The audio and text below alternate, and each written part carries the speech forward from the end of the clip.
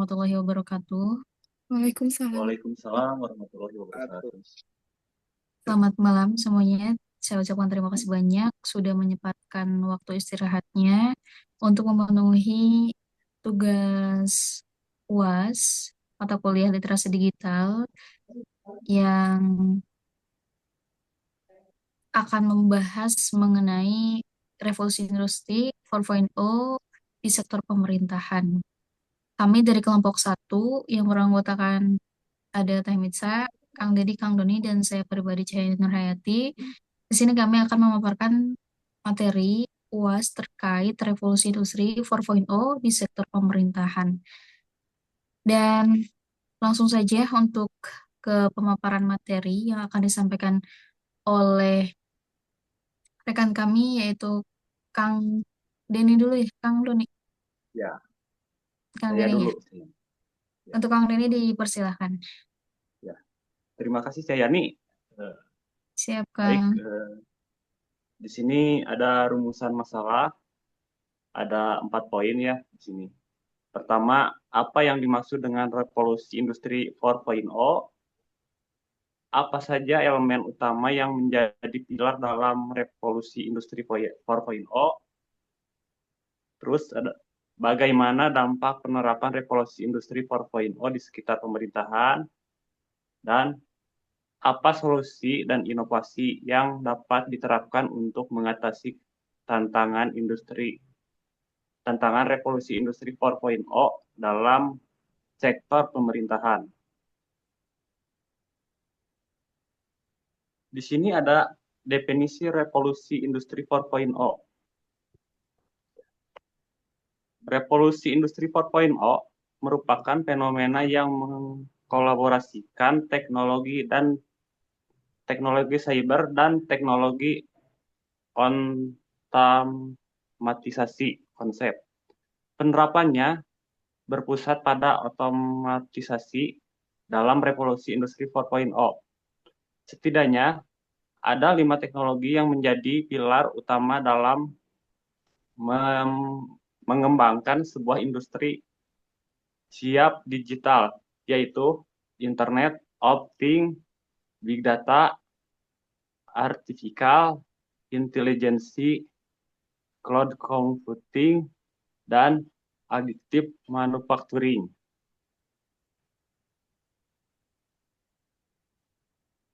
Di sini ada beberapa elemen revolusi industri 4.0. Yang pertama di sini ada elemen Internet of Things, IoT.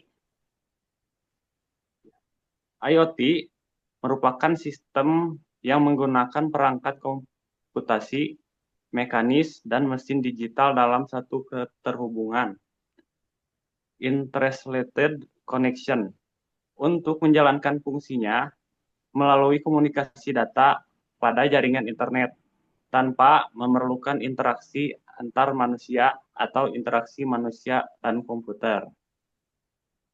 Terus ada Big Data. Big Data adalah istilah yang menggambarkan volume besar data, baik terstruktur maupun tidak terstruktur. Dan yang terakhir ada Artificial Intelligence atau AI. AI merupakan sebuah teknologi komputer atau mesin yang memiliki kecerdasan layaknya manusia dan bisa diatur sesuai keinginan manusia.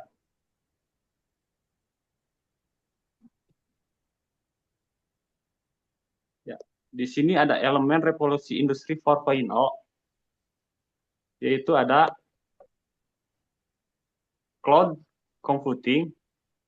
Komputasi awan atau cloud computing adalah teknologi yang menjadikan internet sebagai pusat pengelolaan data dan aplikasi, di mana pengguna komputer diberikan hak akses login menggunakan cloud untuk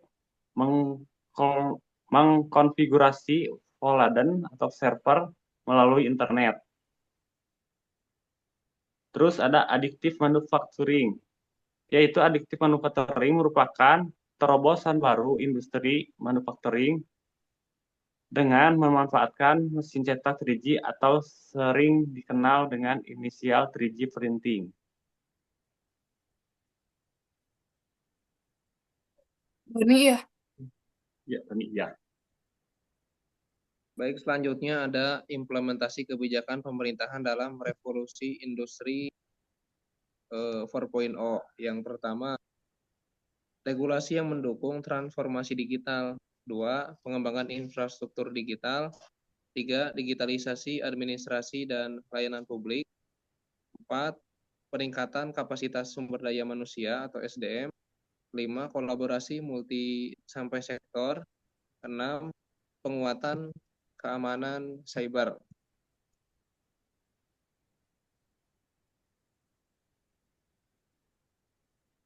Lalu selanjutnya ada studi kasus implementasi revolusi industri 4.0 di sektor pemerintahan.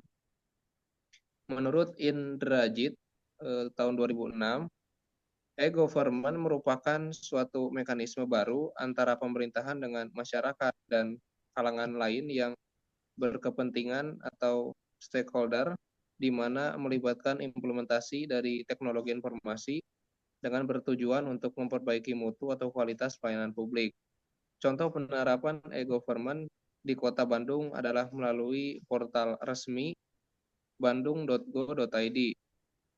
Di dalamnya terdapat 5 poin. Yang pertama, informasi pemerintahan, yaitu menyediakan berita terbaru, program kerja, dan kebijakan pemerintahan Kota Bandung. Kedua, layanan publik, yaitu akses mudah untuk layanan seperti pengurusan KTP, KK, pajak daerah, dan perizinan online. Ketiga, partisipasi publik, yaitu saluran bagi warga untuk menyampaikan aspirasi, pengaduan, dan saran melalui aplikasi seperti lapor dan hotline layanan. Keempat, sistem pendukung keputusan, yaitu data-data statistik Kota Bandung yang berguna untuk mendukung analisis dan kebijakan berbasis data. Yang terakhir, peta dan informasi tata ruang, yaitu memfasilitasi warga untuk mendapatkan informasi geospasial melalui peta digital. Selanjutnya ada analisis dampak revolusi industri 4.0 di sektor pemerintahan. Revolusi industri 4.0 yang ditandai dengan integrasi teknologi digital, otomatisasi, dan kecerdasan buatan telah membawa perubahan signifikan dalam berbagai sektor, termasuk pemerintahan di Indonesia. Ada dampak positif dan negatif. Dampak positifnya yaitu yang pertama, peningkatan efisiensi dan produktivitas. Kedua, transparansi dan akuntabilitas. Ketiga, peningkatan layanan publik. Dan dampak negatifnya yang pertama, pengurangan tenaga kerja. Yang terakhir, yang kedua, ada ketimpangan akses digital, akses teknologi. Baik, untuk selanjutnya terdapat strategi untuk mengatasi tantangan revolusi industri 4.0 di sektor pemerintahan. Tantangannya salah satu antaranya yaitu yang pertama ada kesiapan infrastruktur digital, di mana masih terdapat keterbatasan infrastruktur teknologi informasi di beberapa daerah yang menghambat implementasi layanan pemerintah berbasis digital secara merata. Dan tidak hanya itu, tantangan yang selanjutnya itu kapasitas sumber daya manusia, di mana diperlukan peningkatan kompetensi aparatur sipil negara dalam mengoperasikan dan memanfaatkan teknologi terbaru untuk memastikan implementasi yang efektif dan efisien. Yang selanjutnya yaitu keamanan cyber. Peningkatan penggunaan teknologi digital meningkatkan risiko serangan cyber yang dapat mengancam data dan informasi pemerintah serta masyarakat. Jadi itu tiga komponen tantangan yang akan kita hadapi. Dan selain daripada tantangan itu sendiri, tentunya harus ada strategi yang dimaksimalkan dalam mengatasi tantangan itu. Di mana di antara inovasi dalam pelayanan publik, revolusi industri 4.0 membuka peluang bagi pemerintah untuk mengembangkan layanan publik yang lebih inovatif, seperti penggunaan aplikasi mobile untuk layanan kesehatan, pendidikan, dan administrasi kependudukan, di mana pengambilan keputusan berbasis data juga itu menjadi salah satu strategi utama. Dengan memanfaatkan baik data dan analitik, pemerintah dapat membuat kebijakan yang lebih tepat sasaran berdasarkan data aktual dan tren terjadi di masyarakat. Dan untuk yang selanjutnya yaitu kolaborasi dengan sektor swasta, di mana pemerintahan itu sendiri dapat bekerja sama dengan sektor swasta dalam pengembangan teknologi dan infrastruktur, sehingga percepatan transformasi digital lebih optimal untuk dimaksimalkan. Dan mampu memitigasi dampak negatif dari revolusi industri 4.0 itu sendiri. Bahkan pemerintah Indonesia perlu fokus pada pengembangan infrastruktur digital yang merata, peningkatan kapasitas sumber daya manusia, serta penguatan regulasi terkait keamanan cyber, di mana kolaborasi antara pemerintah dan sektor swasta dan juga masyarakat menjadi kunci dalam menghadapi tantangan dan memanfaatkan peluang yang ada. 4.0, kebutuhan akan kompetensi yang relevan dan diperbarui ini sangat penting agar individu dan organisasi dapat beradaptasi dengan lingkungan yang semakin canggih dan terhubung. Di sini akan dijelaskan beberapa kompetensi yang sebaiknya ditingkatkan. Yang pertama ada kecerdasan buatan atau AI dan analisis data, yaitu kemampuan untuk memahami konsep dasar kecerdasan buatan, pengolahan data besar atau big data, serta analisis data yang akan sangat bermanfaat untuk pengimplementasian kebijakan-kebijakan pemerintahan. Kemudian ada kemampuan teknologi, yaitu untuk memahami dan menggunakan berbagai teknologi digital, seperti Internet of Things, cloud computing, dan teknologi blockchain.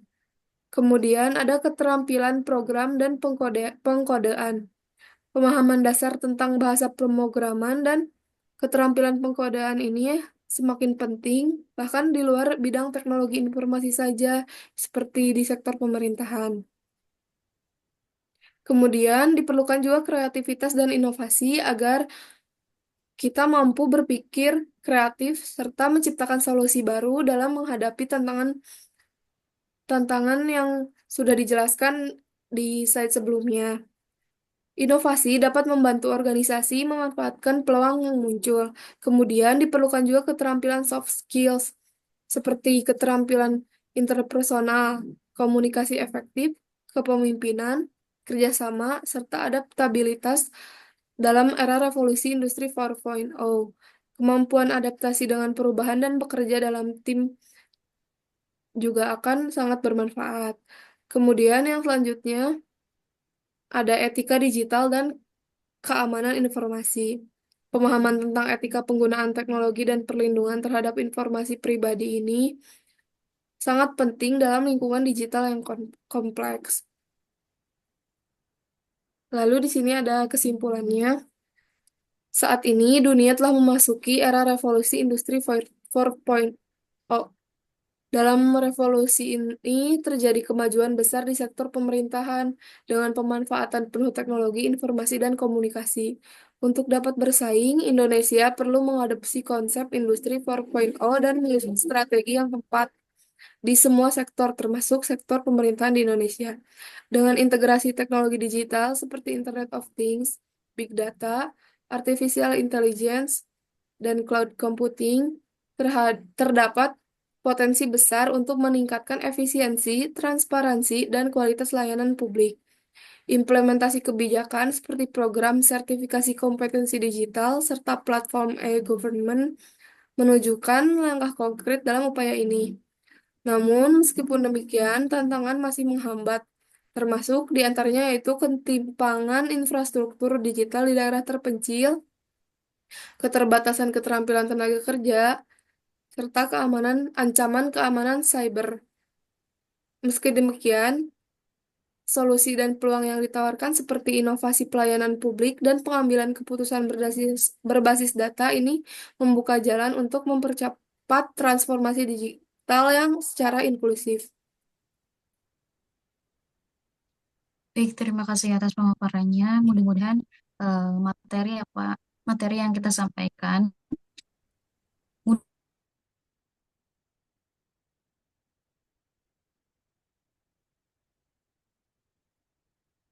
jadi fokus utama kita dalam menghadapi tantangan yang akan datang di masa mendatang.